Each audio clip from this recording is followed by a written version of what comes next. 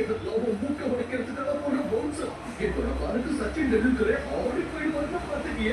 நான் கட்டிக்கிற ஒரு ட்ரிக் உனக்கு சொல்லித்தரேன் சிக்கு. உன் கண்ணை மூடு.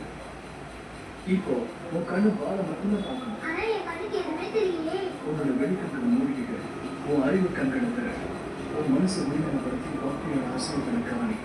அப்புறம் பாரு.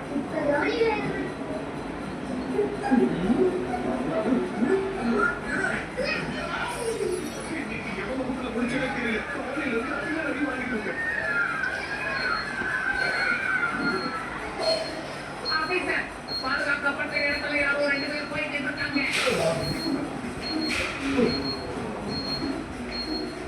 தேவையில்லாம டென்ஷன்